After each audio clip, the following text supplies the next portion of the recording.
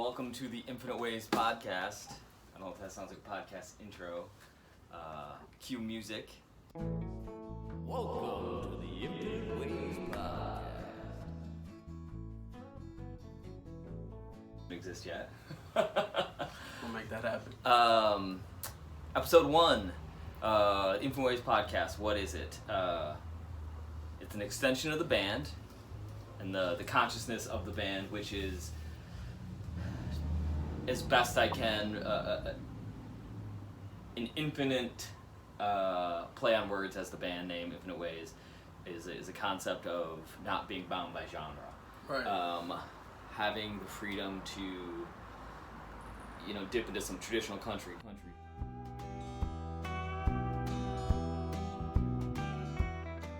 Dip into some 70s rock.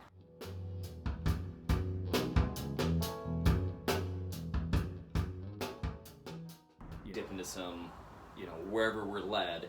And I guess the podcast is a way of extending that both to our potential audience, like we're trying to do at the shows, but also just dive into some more creative ideas, both with the band, but also just getting a little bit weird. I'm right. sure Yeah.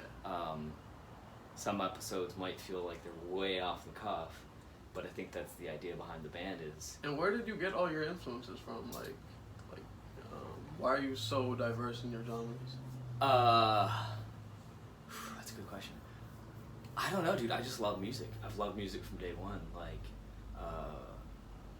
So hold on. Before I answer that, I'm Luke Elder of The Infinite Ways, and this is Omar. Nice to meet everyone. Omar does all our social media and whatnot. Hold on, do we want to start that over? No, screw it. Okay. We're gonna roll with it. Okay. And I can always edit it later. I did not, in fact, edit it later. So I can always edit back and open it up with, I'm Luke Elder. Welcome to the Infinite Ways podcast with Luke the singer guy and Omar the media guy. Episode 1. Old enough to know better. So the story goes, and I don't know the full truth of it, but before I was actually fully born, my dad at some point had put headphones on my mom's belly of Willie Nelson. So I've always had it in the back of my head, the first human voice other than my parents that I heard was Willie Nelson.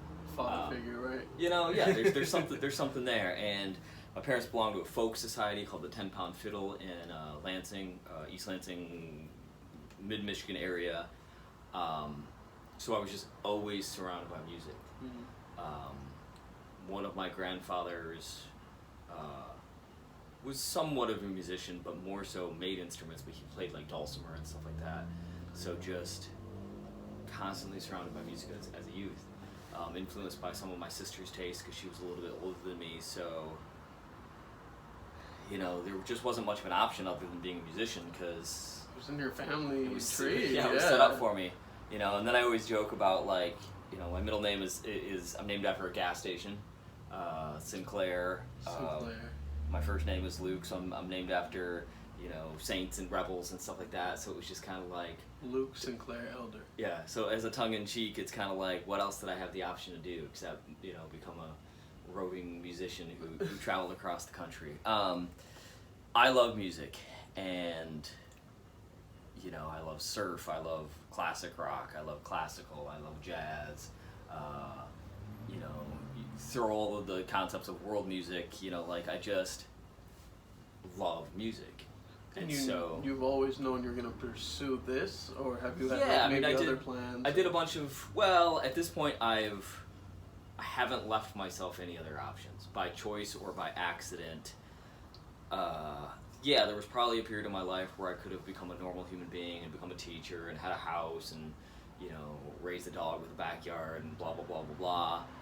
I was a firefighter, wildland firefighter for a little while, but somehow I kept coming back. I kept trying to not do what I'm doing now. I kept trying not to be a musician, but at the end of the day, it's who you were. It's who I am. Yeah, and now I've kind of worked myself into a corner where it's, either succeed or fail spectacularly, and either be a cautionary tale of what not to do or be a cautionary tale of how to succeed that's yet to be determined. But I guess at the end of the day, there's it's around here somewhere. There's a book called the Subtle Art of Not Giving an F.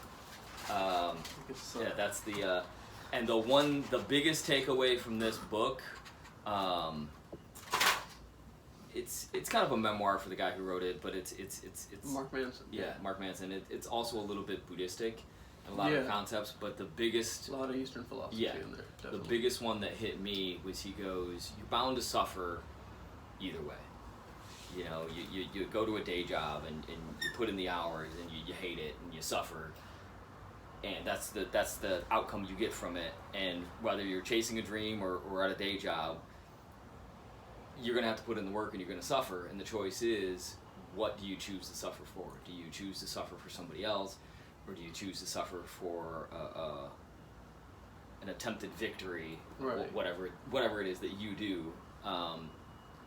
You know, and I just also have this, my obsession with music is from a storytelling standpoint, so it's not like I'm the world's greatest guitar player. I don't know I do know theory, but not a ton of theory. But really, for me, it's world building. I'm trying to create a world which in the song sets in, and then use the instruments to create the kind of audio visual connections to the song. And in that, I am attempting. I'm obsessed with like hit songs. You know, what do you mean by that? Well, and I don't mean necessarily like Katy Perry or whatever, but there's these types of songs, you know, whether it's the summer hit or whatever, that can't necessarily be predicted, that catch fire, you know, and somehow they not only connect with each of us in a super resonant way, but they seem to connect with everybody in a similar resonant way. Do you have any like examples? Basically half of Tom Petty's, if not all of Tom Petty's catalog. You know, there's even some weird ones. Like Taylor Swift has some songs that just they went huge. Adele across the board, like anything she puts out, resonates with so many cross genres of people. That she's a hit no matter what. But there's a certain style of songwriting that is not only about the crafting of the story in the song, but the arrangement and how those songs are come to, that I would like to attempt to write is you know, self-righteous as it sounds, as narcissistic as it sounds, is a song that is added to the Great American Song Catalog. You know, a song that's a summer hit, a song that has a good hook, a song that also tells a story. You're not sacrificing the story for the banger, and you're not sacrificing the banger for the story, you know, because there's some songs that, like, great beat, but you listen to the words and you're like, are they just mumbling? You know? That's a common critique. Yeah, you see that a lot. But I mean, some artists really do get that mainstream. Hey, I sound good, but I can still tell a story and still have meaning to some really top notch. And you know, and I guess that we're both into hip hop, and I guess that kind of goes into which era of hip hop, you know. I see it everywhere. We might disagree there, but I just could be I'm younger. I don't know. Right. I don't know. So that's the long story, long answer of my influence and what I'm trying to do with it. But, you know, again, and part of it is both with our live show and with the music that I'm trying to have us create, it's about experience. You know, and it's great to go out and just dance your butt off and release all of that stuff. And there are people who make music like that, and I love it, but that's not what I'm capable of doing. What I'm really capable, or what I'd like to be capable of doing, is evoking an experience, you know, an emotional experience, an experience when you go out and you know, because when you go out to a concert, you feel something with everybody else is there, and there's a connection between you and the band, or the band and the audience in this show, and if done really well, everybody walks away having, like, you know, realistically having an experience together. We're going through emotions, and you know, if somebody comes to my show and they feel sad because I hit a nerve, that's great. I'd rather have that than somebody going away and just walking away and go, that was a good time. Like, I want them to feel something about that.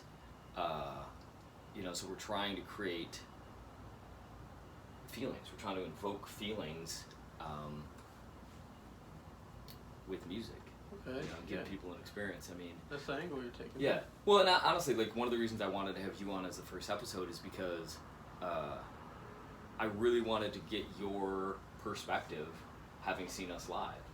Not to mention the whole podcast was his idea. Oh man, that even I went with my girlfriend, and both of us left feeling like, wow, that was a lot of fun. Yeah. Like we caught the tail end of that, like the last hour. Right. I think of it, and it was just, I left like, wow, like that was a great performance. I was so energized. Man, you guys kicked ass. Like, I just really, like, I just saw people dancing in the crowd of all types. So everyone was just vibing with it, and the crowd was actually pretty diverse. It wasn't just like old white people. It was like old white people, young Hispanics, young blacks, it was like pretty mixed, and everyone was vibing to it. I was sitting down in the front row, and I see this dude. He was like actually singing along to you, and he was on your Instagram. He's checking you out, and he was like, okay, and he had to follow him, like. That's right. That's a good dub, and people were screaming. People were screaming. I got some footage of it, and people were really screaming and jumping, trying to hug you, while you guys were performing. So you definitely evoke an emotion while you perform. Yeah, that's good. I mean, that's what it's there for, 'cause apparently I do not take compliments well. And I think it is. It's like, again, like, I use music for everything. I use music to fall asleep with. I use it to go to the gym with. Like, I love music, and I guess part of it is I hope that we're good enough, and I hope that we deliver good enough, both on an album and live, and on the podcast. Anywhere that we're reaching, that we're able to make genuine connections. And I guess I sometimes have a hard time validating. We recently hit TikTok, per his Omar's. They weren't on TikTok yet. We weren't on TikTok, and I have a hard time seeing the value in that as much as you have convinced me to. And I'm getting into it a little bit, but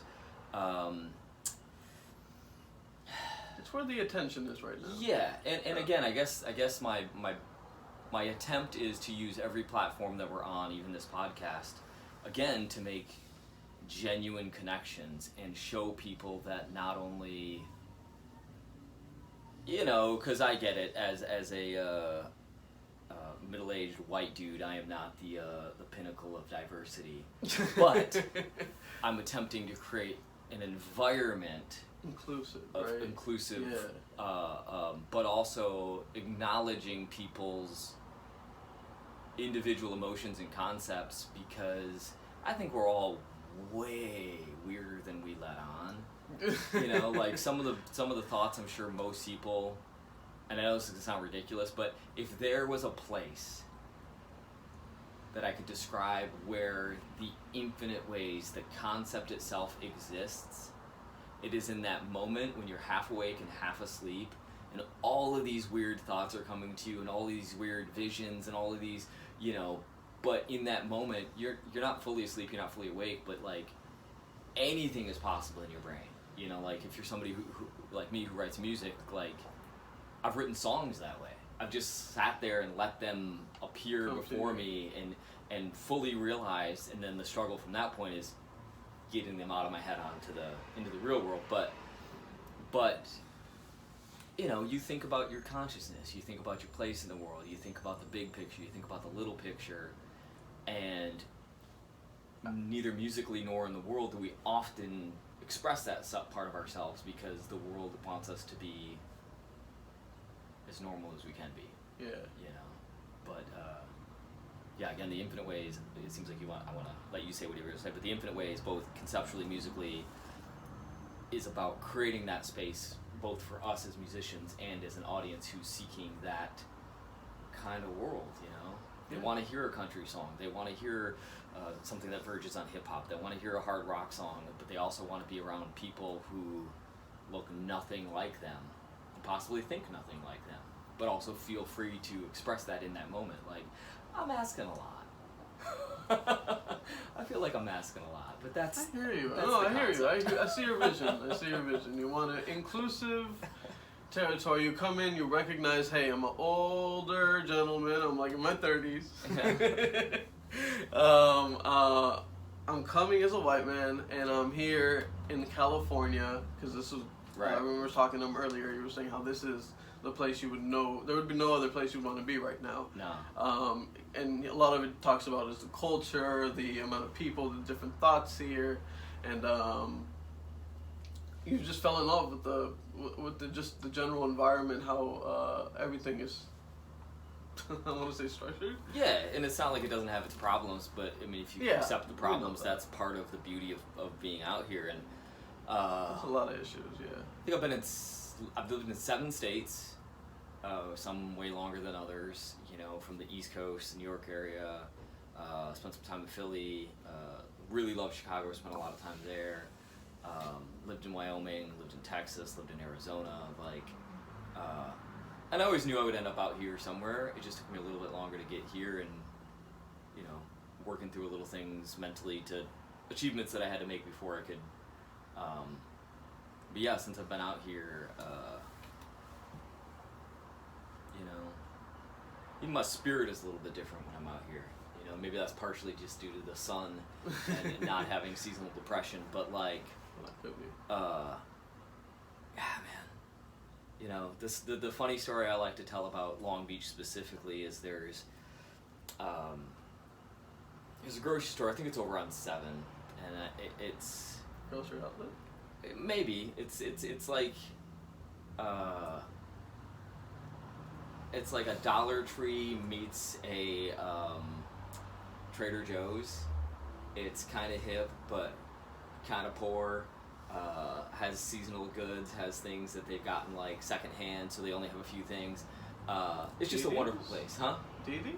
I don't remember what it's called, but I'm pretty sure it's down over on 7th. But when you're in there, you're walking around and you're gonna have every culture from aisle to aisle in there.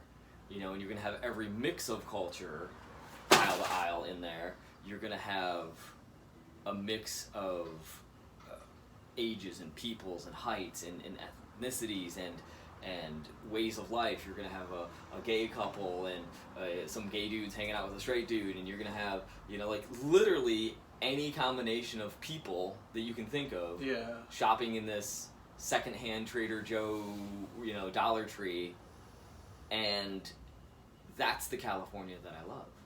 Yeah. You know, Being- I can't do the Orange County. Nothing against Orange County. It's just, it's not my speed. Like, part of my consciousness as a person does come from the fact that, like, you know, I was born in a union town, and my dad worked for a factory, and my mom was a teacher, and no matter how much money I do or don't have, I'm always going to think that I'm, you know, middle class somewhere, you know, working.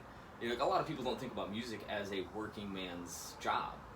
You know, they think about it in similarity to other entertainment jobs, and across the board, entertainment are working jobs. If you're an actor, yeah. you're waking up at 3 a.m. to be on set. Like, Putting in people idolize that in a certain way, but it's hard work. Yeah. You know, and so I don't identify with some of the other parts of California that are more grandiose, but I do identify with The hustle. and Yeah. the people, and wanting something.